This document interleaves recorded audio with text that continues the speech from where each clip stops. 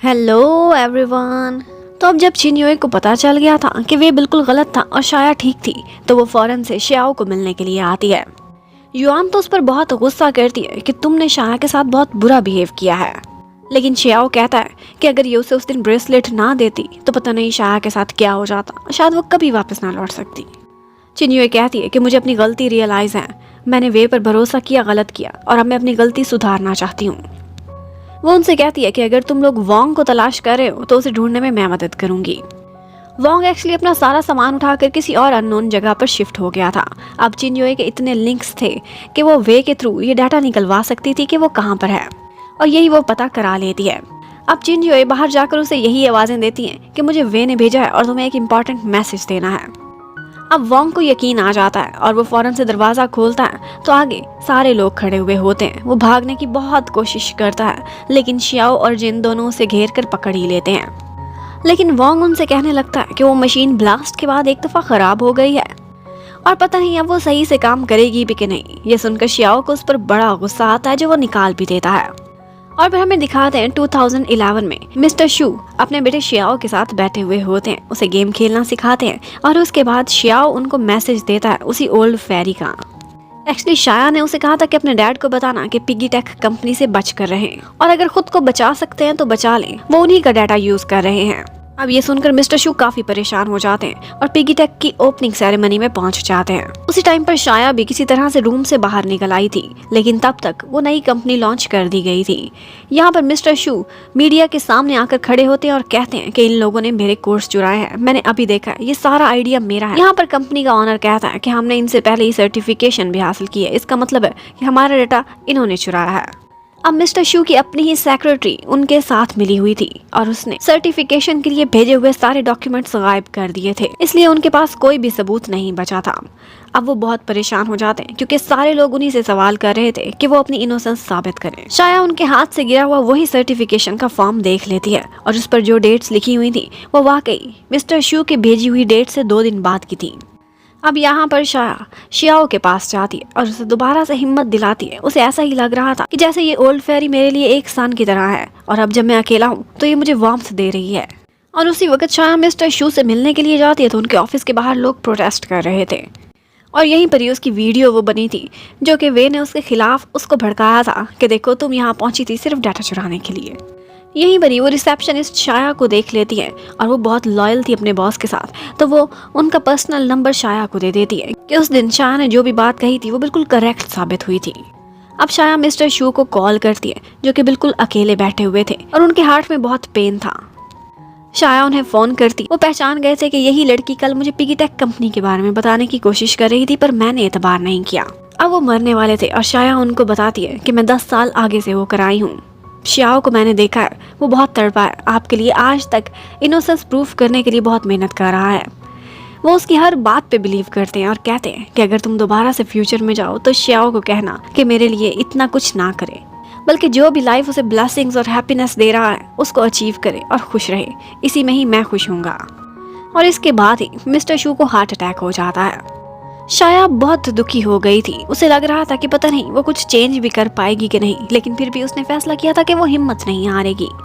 अब वो गुची का वेट करती है और उससे कंफर्म करने लगती है। एक्चुअली ऐसा हुआ था कि वो अपने बॉस के साथ सर्टिफिकेशन के लिए अप्लाई करने गई थी, लेकिन वहां से उसने फॉर्म्स गायब कर दिए थे और ये सारा डाटा उसने जाकर वे को दिया था और नेक्स्ट डे उसने सर्टिफिकेशन के लिए जब अप्लाई किया तो वो लोग मिस्टर शू से आगे निकल गए थे। एक्चुअली गुची ये सब वे को हासिल करने के लिए कर रही थी और उसे अभी तक कोई भी गिल्ट नहीं था। अब इसके बाद शाया अपने घर पहुंच जाती है। अब उसे सब पता था कि उसके वापस जाने का समय हो चुका है। जब वो डिनर कर रही थी तो उसे पता था कि अभी अभी यहाँ पर वे आएगा और ऐसा ही होता है। वो जल्दी जल्दी टाइम वेस्ट किए बिना उसे अपने कमरे में ले जाती है और कहती है ढूंढो वो डॉक्यूमेंट जो तुम ढूंढने आए हो। वे को काफी अजीब लग रहा था क्योंकि बिल्कुल ऐसा ही फील होता है कि जैसे शाया को सब पता था कि अभी क्या होने वाला है। इतने में वो उससे कहती है कि अभी अभी तुम्हें एक कॉल भी आएगी, फोन निकाल लो। वो जैसे ही फोन पॉकेट से निकालता है उसे एक कॉल आती है। उस कॉल में कोई उसे बुला रहा था तो वो पहले ही उसके लिए दरवाजा खोल देती है और वे बस हैरान परेशान वहां से निकल जाता है। अब इसके बाद शाया टीवी के सामने बैठी अब उसके बाद शाया टीवी के सामने बैठी इसी बात का वेट कर रही थी कि कब उसके डैडी पुराने न्यूज़पेपर में से वही पेटेंट पेपर निकाल कर लाएंगे। और फिर ऐसा ही होता है, वो उसी टाइम पर सर्टिफिकेट उसे मिलता है जिस टाइम पर मिलना चाहिए था, वरना पहले उसने बहुत तलाश किया था। अब की बार वो बड़ी पक्की तैयारी करती है, उस सर्टिफिकेट को एक बॉक्स में डाल देती है और अपने पास एक नकली पेपर रख लेती है। अपने मम्मी डैडी को हग करके गुड बाय कहती है, क्योंकि ऑफ कोर्स उन्होंने अब 10 साल तड़पना था उसके लिए। और उसके बाद वो जाती है उसी झूले के पास जो उसे पता था कि 10 साल बाद भी वैसा ही रहेगा, और वहां पर जाकर वो उस बॉक्स को दफना देती है ताकि 10 साल बाद जाकर खोले। और फिर सब कुछ वैसा वैसा ही हो रहा था। वो पहाड़ी की तरफ जाती है, वे भी उसके पीछे पीछे आता है, और फिर वो चोटी पर खड़ी उसका वेट कर रही होती है। इतने में जब वो समय आता जब उसे चला जाना चाहिए तो वो खुद ही चोटी से नीचे छलांग लगा देती है।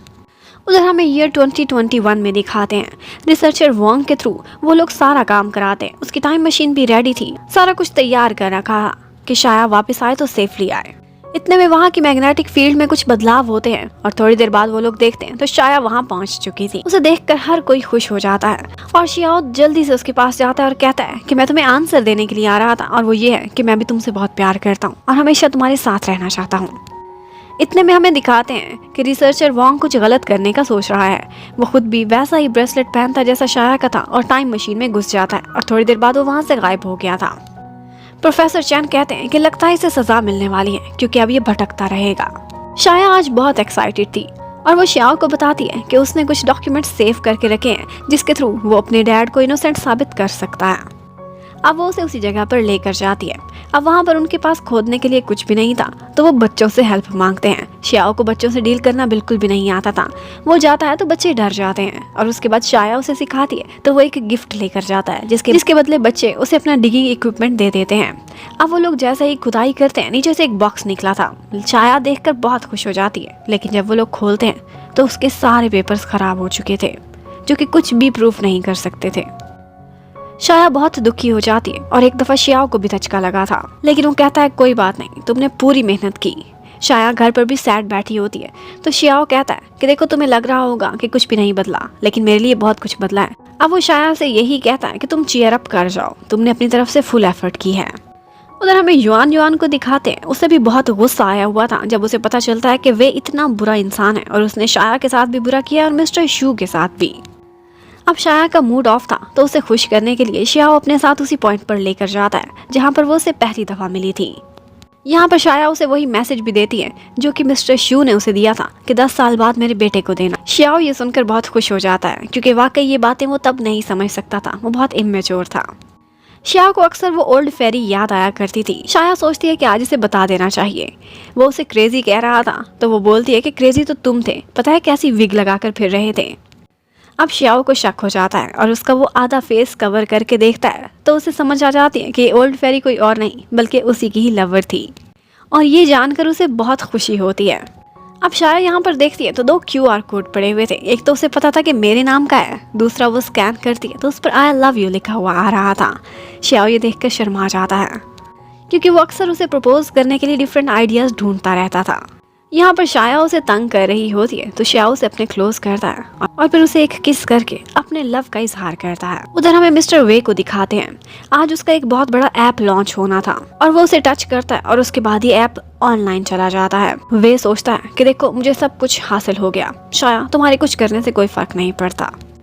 शाया भी बड़ी परेशान बैठी हुई थी। शियाओ भी हैरान था कि पहले ही दिन में 1 मिलियन से ऊपर रजिस्ट्रेशन हो गई हैं। ये ऐप तो मेगा हिट होने वाला है, और साथ ही साथ उसका रोबोट ट्यूरिन आकर उसे एनालिसिस की रिपोर्ट देता है कि इस ऐप में भी उसी के डैड के 85% कोड्स यूज हुए हैं। मतलब कि ये अभी तक उसके डैड के चोरी किए हुए डाटा पर अपनी रोटियां सेक रहा है।